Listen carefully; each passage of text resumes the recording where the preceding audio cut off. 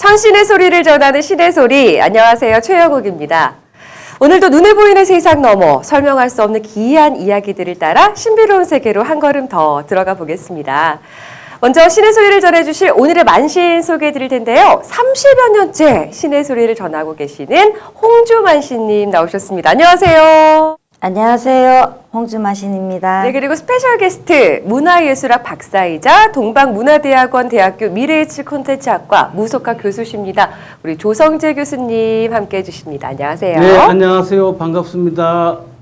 이렇게 두 분 모시고 오늘도 주제가 있는 토크 본격적으로 이야기꽃 피워보겠습니다. 언제나 신의 소리의 천문을 여는 시간이죠. 주제가 있는 토크. 영화 같은 30여 년이란 주제로 우리 홍주만신과 또 조성재 교수님 모시고 함께 해볼 텐데 30여 년이라 그 긴 시간 동안 신과 함께 했던 그 세월이 말처럼 그 쉬운 시간은 아니었을 거예요. 어쨌든 일반인들보다는 더 많은 풍파와 역경이 있었던 삶을 사시지 않았을까 생각을 해보는데, 그럼 우리 홍주만신께서는 30년이라면 좀 많이 어렸을 때부터 무당 생활을 해오신 것 같아요. 그 얘기부터 좀 들어볼까요? 30년의 이 길을 덧어보면은 뭐 어떻게 이 길을 30년 동안 많은 세월을 거쳐서 왔는지 잘 모르겠지만, 어릴 때 그러니까 시절부터 저희 집은 5대째 강신무가 내린 집이고, 또한 제가 그런 걸 많이 듣고 있다 보니까 언젠가 난 무당이 되어야 되겠다 생각을 했죠. 그럼 태어날 때부터 어떻게 보면 점지가 됐던 상황을 본인도 인지하셨고 자연스럽게 인지했어요. 그 길을 걸어오신 거네요? 네. 어린 나이에도 많은 또 뭐 예지몽이라든지 또한 또 그런 선몽 같은 게 굉장히 많았었고, 그런 영향들이 있어서 나는 언젠가는 이 무당의 길을 가겠구나라고 생각을 하고 있었죠. 뭐 인생의 역경 속에서 그걸 딛고 뭐 신병을 앓았던 걸 치유해서 뭐 신내림을 받았다거나 일반적으로 많이들 알고 있는 그런 과정은 없으셨던 거예요? 네, 저는 그런 거는 없었던 것 같고요. 그냥 단지 저희 모친께서 병을 굉장히 많이 앓고 계셨어요. 그러니까 뭐 원인 모를 병 또는 또 수술을 엄청 많이 하셨거든요. 어린 나이부터. 그러니까 내림을 받고 저희 엄마가 말기 판정을 받고 제가 이 신을 쥐고 엄마가 지금도 건강하세요. 그러니까 신을 받고 그 이전과 이후에 어머니의 병세가 엄청 좋아졌어요. 좋아지셨다. 네, 지금도 엄마는 뭐 저희 할머니나 뭐 이런 데를 봤을 때 이 무당이 내리는 집이니까 저희 엄마는 그런 거 굉장히 싫어하셨어요. 이런 데는 아니 제사밥도 안 드시고 헛밥도 안 드셨죠. 남의 뭐 이런 제사를 지낸 음식이나 이런 거 전혀 불길하게 생각하시고. 뭐 많은 경우들이 비슷하게 아픔이 있었고 신내림을 받고 그 이후에 괜찮아지고 이게 좀 스토리 라인이 있는데, 우리 홍주만신 같은 경우에 살짝 다른 길로 걸어오신 것 같아요. 그러면 신내림 받는 과정은 없으셨던 거예요? 없었습니다. 그럼 이전에 한번 들었던 그냥 바로 이렇게 내림 없이 무당이 되셨던 거예요? 네, 꿈속에서 12대문, 쉽게 설명하자면 12대문을 가서 1대문, 2대문, 3대문 뭐 이런 식으로 다 열어봤어요, 제가.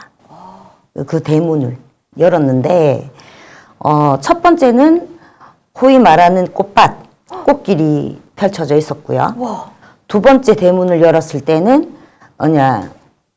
선녀, 여기에 지금 속히 말하는 탤런트 같은 그런 선녀들이 춤을 추고 비파를 치고 모욕을 하고 이런 거 굉장히 그렇게 있었어요. 두 번째 대문에는. 세 번째 대문을 열었을 때는 몇 살의 이름에 저의 이름이 올라가 있었어요. 신당에. 태극기가 있었고 이제 대불기가 굉장히 큰 그런 대불기가 다 펼쳐져 있고, 네 번째 문을 열었을 때는 이제 이 세상에서 촛불, 쉽게 말하자면은 공을 비는 그런 초들이 엄청 많았어요. 꺼져가는 초, 타오르는 초, 그런 초가 많았었죠. 근데 네 번째까지 문을 열고 다섯 번째 문을 열라고 했을 때, 소위 말하는 그냥 목소리만 웅웅 이렇게 들렸죠. 이쪽으로 오라고 문 닫고 호통을 치는 소리에 옆을 이제 보니까 이제 육상 빌딩 많은 그런 석가래 쉽게 설명하자면 그런 곳을 이제 들어갔어요. 문을 들어가니까 음식이 굉장히 많이 차려져 있었어요. 임금님 수라상 같은 그런 것들이 굉장히 많았어요. 그래서 거기서 이제 목소리만 들리는 거죠, 저한테. 그래서 음식을 조금 먹으라고 얘기를 하시는데 근데 어린 마음에 그걸 먹지를 못했어요. 꿈에서도. 혹시나 이 지문이 묻을까봐 안 먹는다고 얘기를 하니까 이제 그때 모습을 딱 보이는 어른이 도사 할아버지였어요.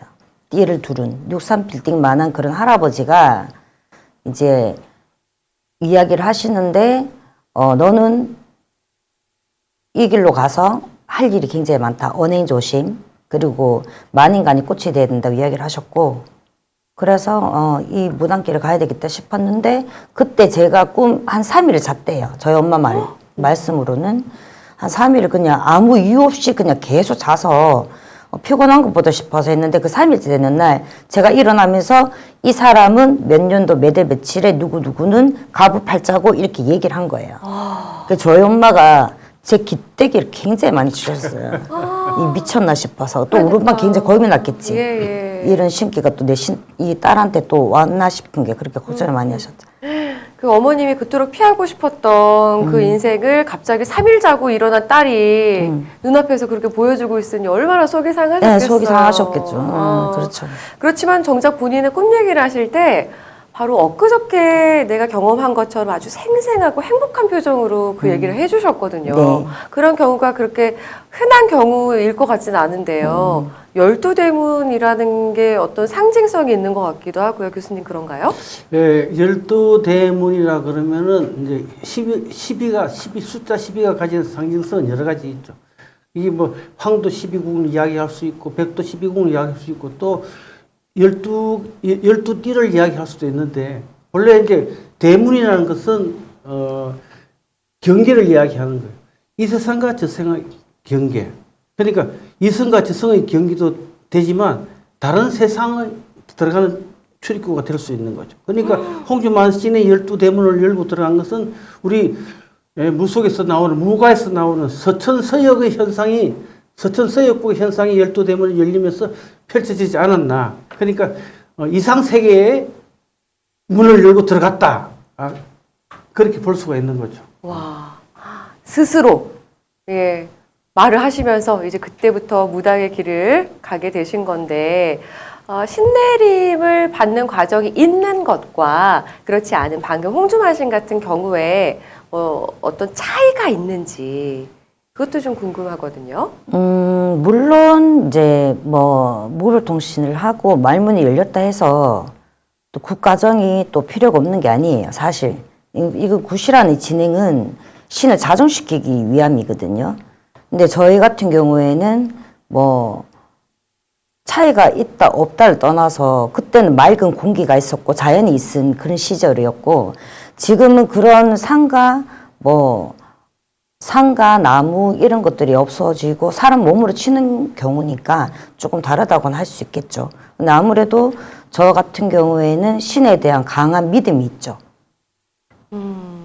그게 좀 다르다고 볼 수 있죠. 요즘에 억지춘향으로 신 내림을 받는 곳과 또 제가 강한 믿음은 또 다르겠죠. 조금 더 이해하기 쉽게 네. 교수님 알려주세요. 그 내리꽃 없이 말문이 터져서 무당이 되는 경우와 내리꽃하는 경우가 있습니다. 이제 보통 내리꽃 없이 말문이 열렸다 그런 것은 신하고 연결이 되었다. 신의 제자다. 그것을 이야기해 주는 거죠. 거기서 나가서 내리꽃을 한다는 것은 하나의 무당으로서의 통과 의례다. 안 해도 상관없어요. 그런데 대부분 한 통과 의례를 보는 거죠. 소위 말하면은 우리가 혼인 신고를 안 해도 부부가 잘 살아요. 그것도 혼인 신고를 하는 것하고 똑같은 의미예요. 또 그러고 아까 말씀하셨듯이 내가 내리꽃이라는 것은 내 혼자 말문을 터졌지만 나한테 정말 참신, 옳은 신만 계시는지 또 나한테 와서는 안 될 허주신이 있는지를 가려보는 의미도 있어요.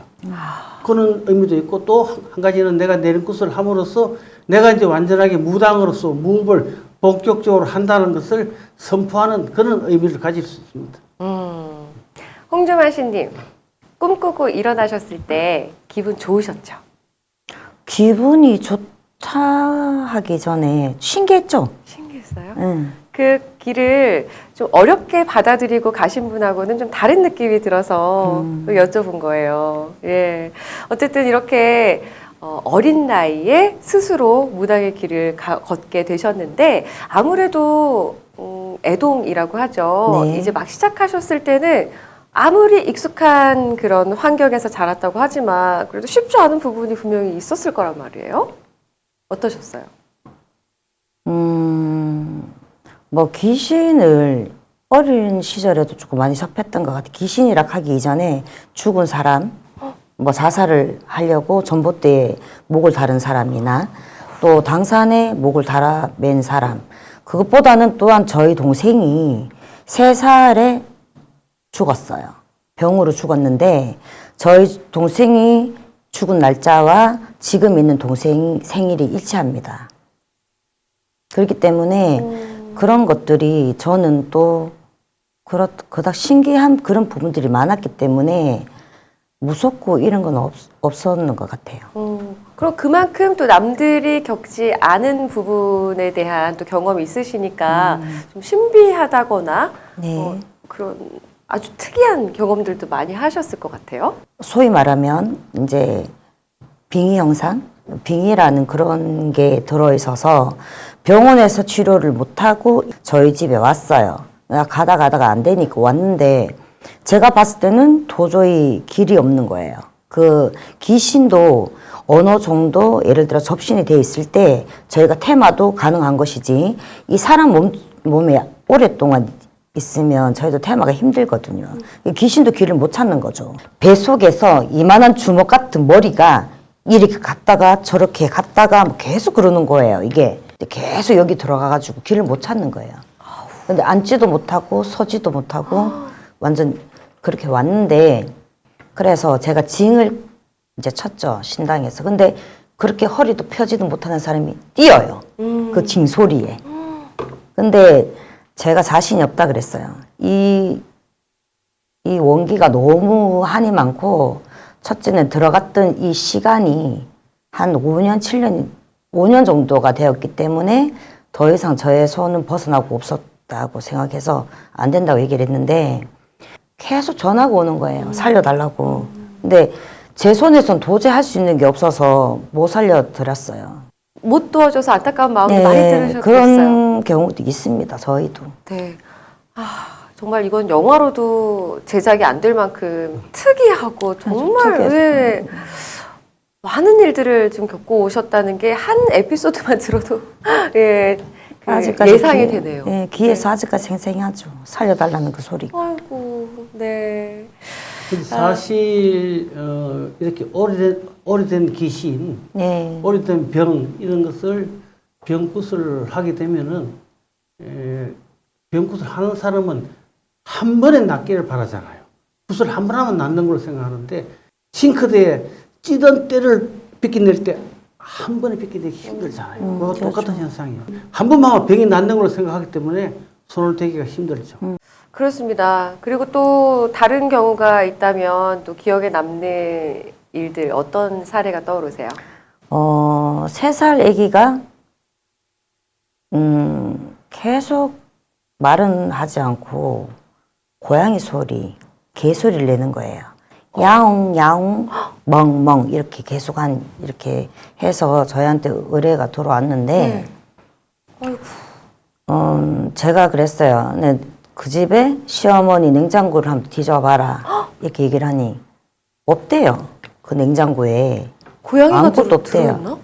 그래서 아니다. 다시 뒤져봐라. 창고 쪽으로 가봐라. 네, 그랬어. 그러니까 옛날에 저장고 같은 그런 냉장고가 있었는데 거기에 엄청난 사체가 나온 거예요. 고양이 사체요? 예. 그러니까 저희 이제 쉽게 설명하자면 거기에 시어머니가 관절이 안 좋아서 고양이라는 고양이, 길고양이나 동네 고양이는 다 잡아놓고 그걸 갖다 구워 드시고 하셨더라고요.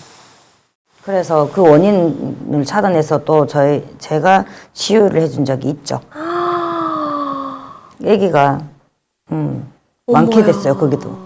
그 어린애가 무슨 죄로 네. 그럼 원혼이라고 봐야 되는 거잖아요. 고향의 원혼이 그럼요. 쓰였다고 보는 예, 거죠. 예. 실제로 그렇게 사람에게 동물의 원혼이 실리는 일들이 종종 일어나고 있는 것 같아요. 네, 그 우리 무속에서는 동물의 원혼이 병이 돼서 병이 난 분들이 가끔 있습니다. 소위 말해서 구렁이가 알을 낳아서 알을 품고 있는데 그런 구렁이를 건들면 안 되죠. 공사를 하다가 그 집을 건드려서 죽이고 난 뒤에 또 일어나는 병, 또 개나 고양이, 또 다른 동물들 이런 거 좀 있죠. 그래서 구렁이 혼이 씌우면은 뱀 흉내를 내요. 뱀처럼 막 이렇게 막 기어다니면서 이상한 행동을 하고 개나 고양이 같은 또 이런 원혼이 씌이면은 개 흉내를 내고 개처럼 짖기도 하고 야옹 소리를 내기도 하고 그렇게 많이 합니다. 네. 말 못하는 짐승이라도 정말 생명을 소중히 해야 된다는 건 어렸을 때부터 배우면서 커오잖아요. 예, 또 다시 한번 마음속에 되새겨야 될 것 같습니다. 네. 유독 우리 홍주환 씨님께서는 그 세월만큼 30여 년이란 그 시간만큼 이런 여러 가지 일들을 겪으신 것 같은데요. 네. 가족들이 직접 뭐 겪으신 경우가 있으시다고요? 저희 모친께서 이제 이런 걸 워낙 또 반대를 하셨고, 또 저희 모친이 병을 또 많이 알아주셨기 때문에 제가 이 무속의 길을 간다고 이야기를 하긴 참 힘들었었어요. 그래서 제가 신기를 가고 10년 후에 저희 엄마한테 이제 그 비밀을 알렸죠. 근데 그날 엄청난 이제 저희 엄마가 막 이제 난리가 나신 거죠. 젊은 게 할 일이 없어서 자기 병 나은 건 생각도 안 하고. 그래서 사실 엄마가 이렇게 암선고를 마지막 암선고를 받고 집에서 준비하라 했을 때 그때 내가 이 길을 갔다. 그래서 이 길을 가게 되었다고 이야기를 하니까 이제 난리가 난 거죠. 네 신이 신지 내 신이 신지 내 길을 한번 해보자. 이렇게 이제 전화상으로 한 8시간 싸운 것 같아요. 그래서 이제 극하고 전화를 끊었죠. 그랬는데 그날 새벽 4시부터 변기통에 이제 배관에서 물이 떨어지는 소리가 나더래요. 그래서 이게 무슨 소린가 싶어서 한 30분을 그러고 1시간 정도를 계속 그러길래 화장실 문을 이렇게 열어보니까 변기통에서 피가 거꾸로 올라온 거죠. 핏물이. 그거는 착시는 아닌 거고 정말 아, 핏물이 올라온 실제, 거예요? 실제로. 실제로요? 그래서 이제 핏물이 막 역류해가지고 막 올라오고 거기 핏물이 욕실 타일에 그냥 막 깔릴 정도로 있으니까 저희 아버지가 이제 저희 동생 방에 무슨 일이 있었나 싶어서 갔는데도 이상이 없고 그래서 저희 아버지가 청소를 하셨어요. 그 변기통에 변기통 있는 물을 청소를 하시고는 저희 엄마가 그때부터 전화가 오시기 시작하는 거예요. 저한테. 근데 전화를 안 받았어요. 저도. 그러다가 한 9시경 아침 이제 오전 시간에 전화를 드리니까 이런 사연이 났다. 변기통에 물이 이렇게 흘러서 혹시라도 나에게 무슨 일이 있나 싶어서 저희 엄마 걱정이 돼 전화를 하신 거예요. 근데 저 입장에서는 저도 신기하죠. 그 혹시 물탱크에 시체가 누가 넣어놓은 건 아니냐고. 그래서 웃었던 적이 있는데 그 저희 엄마가 하시는 말씀이 그렇다면 아파트 전체가 난리가 났지 우리 집에만 난리가 났겠냐 이런 말씀을 하시고는 제가 이 신기를 가는 걸 받아들였었죠. 그게 그 정황상으로 유추를 해보자면 딸이랑 신의 길을 가느냐 마느냐 때문에 굉장히 크게 부딪히셨잖아요. 그러고 나서 나타난 그 정말 말로 설명할 수 없는 기이한 현상이 뭔가 가도록 허락을 해야 된다라는 그렇죠. 것을 좀 암시하고 있지 않나 그냥 이렇게 생각이 드는데 실제로 이 무속학에서 이런 경우가 일어날 수 있는 건가요, 교수님? 그 과학적으로는 이런 현상을 착시나 환상으로 이렇게 단정을 해버리죠. 네. 그건 그건 사실 아니 이제 사실은 하지만 당한 사람은 사실은 하지만 의사들은 착시나 환상이다 이렇게 그렇죠. 이야기를 해버리는 겁니다. 그렇지만 그런 증상이 보이는 것은 신의 노여움이 극도로 노했다. 그래서 아주 인간들한테 강력한 경고를 보내는 거죠. 아주 이제는 소위 말해서 정말로 일촉즉발의 신의 노여움이 지금 현상으로 나타난 거니까 네가 굴복을 하든지 네가 결단을 내리라 그런 하나의 네. 암시라고 볼 수 있습니다. 아, 그래도 어떻게 다치거나 아프게 하지 않은 게 어디예요? 피로 보여주신 것 자체로도 그럼, 네. 그 뭐 피눈물 흘린다는 뭐 동상 뭐 이런 것처럼 네. 있을 수 없는 일인데 그런 일이 생기는 현상이군요. 예. 아, 지난 30여 년 동안 신의 제자로 일하시면서 참 다양한 손님들과 또 기구한 사연들 만나오신 것 같아요. 와, 그래도 다행이다. 좀 이런 사연들도 꽤 많이 만나셨죠? 네, 가슴 예. 뿌듯한 일 사연도 많죠. 생각나는 거 있으세요? 그중 이제 결혼 날짜를 저희 단골 내에 어머님 받으러 오셔가지고 이야기를 하는 도중에 이 두 분이 삼재인 거예요. 삼재. 아, 그래서 근데 머리에 탁 스치는 생각이 신혼여행을 가지 마라 이야기를 했어요. 제가 날짜를 미뤄라 그랬어요. 그래서 난리가 났죠. 이제 뭐 여행하고 다 취소를 해야 되는 상황이었으니까 그런 상황에서 그 어머님이 그 이제 그 아버님의 사고도 저희 집 와서 막으셨고 사업도 부도가 나는 상태에서 또 대성을 하시는 분이에요. 그러니까 제 말에 굉장히 이 신임을 가지고 계시는 분이었는데 아들한테 이야기를 한 거죠. 신혼여행 날짜를 미뤄라. 그래서 안 갔어요. 근데 그리고 하루 지나서 필리핀에 태풍 그 쓰나미 와서 난리가 났었죠. 그 가는 방향에. 그래서 두 분이 안전하게 지킨 적이 있었습니다. 우와, 정말 생명을 살리셨네요. 네네. 행복하려고 하는 결혼인데 네. 거기에서 또 즐거운 마음으로 떠난 여행이 그렇게 비극으로 끝나면 안 되잖아요. 안 됐었죠. 굉장히 공포스럽고 그런 가정이었다 생각했죠. 근데 굉장히 뿌듯했죠. 그러실 것 같아요. 또 그런 화를 면하고 네. 온 가족들은 얼마나 선생님께 정말 깊은 감사의 마음이 들겠어요. 네. 예, 예.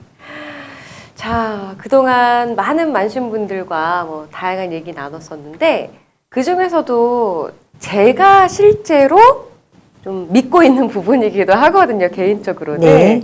남이 뭐 사용하던 물건이라든지 중고 제품이라든지 우리 집에 뭔가 들어와서는 안 되는 것들에 대한 그런 부정한 기운들에 대해서 평소에 또 좀 그걸 조심하려고 좀 노력을 하는 편이고 선생님들께서도 많이 일러주시더라고요. 네. 그리고 이거와 관련된 또 아주 기묘한 이야기가 또 있다고 들었습니다.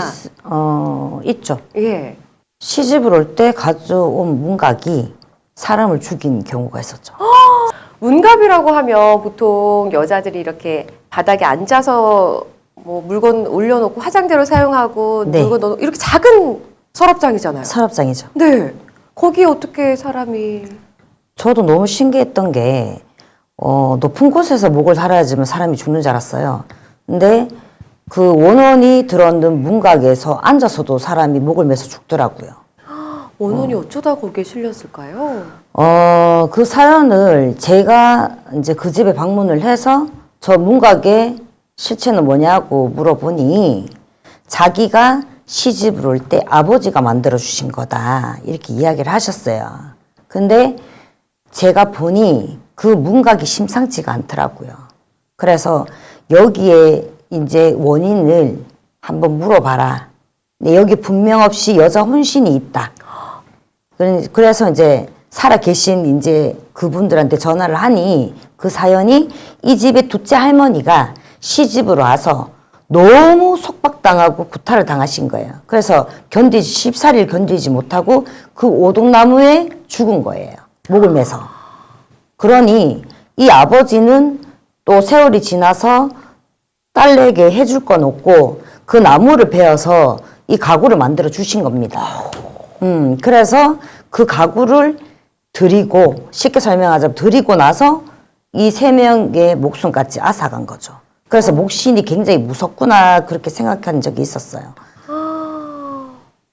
그러네요. 나무를 잘못 베서 큰일 났다 소리 들었는데 그 나무로 만든 그 가구 때문에 또 사람이 죽을 수도 있구나 생각하니까 굉장히 조심해야 되겠네요. 네. 예. 저 예전에 한번 그런 말을 들은 적이 있거든요. 가구가 운다는 네, 내용을 맞습니다. 들은 적이 있어요. 네. 가만히 멀쩡하던 가구가 소리를 내는 거죠. 네. 그러면 그거를 가지고 있으면 안 된다. 실제로 그래서 그런 가구를 버린 적이 있거든요. 네. 그것도 약간 지금과 비슷한 사례로 당연하죠. 이해할 수 있을까요? 그 의식을 진행을 하고 나서 저희가 소각을 하는데도 그 나무가 전혀 타지가 않아요. 그 안에서 여자 소리가 나고 웃음 소리가 나고 울었다 그런 소리가 장장 몇 시간 태운 것 같아요. 부숴가지고. 정말 여자 예. 소리가 난다고요? 예, 그 가구가 울 때 정말 여자 소리가 난다고요? 예, 났습니다. 굉장히 무서운 소리가 났고요. 웃음 소리, 우는 소리, 장작 한 4-5시간을 태운 것 같아요. 소각을 하는데도. 소리 그 안에서 엄청난 소리들이 났었어요. 그래서 그거 선생님 귀에만 들리는 거예요? 아니에요. 거기 소각을 하시는 선생님들 뭐 다 저희들이 엄청 막 소름 끼치게 태운 적이 있었어요. 정리를 해줬죠. 저는 그냥 툭, 탁 이런 소리가 가구에서 나는 게 들려서 그것조차도 무서웠거든요. 아니요. 뭐 이렇게 소리가 났었어요. 진짜. 그런 소리들이 그리고 웃는 소리 수십 가지 소리가 났었던 기억이 있습니다. 무섭다. 가장 최근에 들었던 얘기 중에 제일 무서운 얘기 같아요. 예. 지금도 저는 오싹해요. 가구를 살 때는 항상 나무의 출처를 어디에서 왔는지 확인하고 사야 할 것 같습니다. 예. 자, 이렇게 뭐 가구가 됐든 집안의 뭐 물건이 됐든 그 원혼이라는 게 사람에게도 그렇고요. 물건에 머무는 경우가 있잖아요. 이런 경우를 어떻게 볼 수 있을까요? 사람이 죽으면은 죽은 장소를 잘 벗어나지를 못해요. 그 혼이. 죽은 장소에서 사람이 계속 죽잖아요. 죽은 데. 그걸 보고 지방령이라 그래요. 지방령이라 그러는데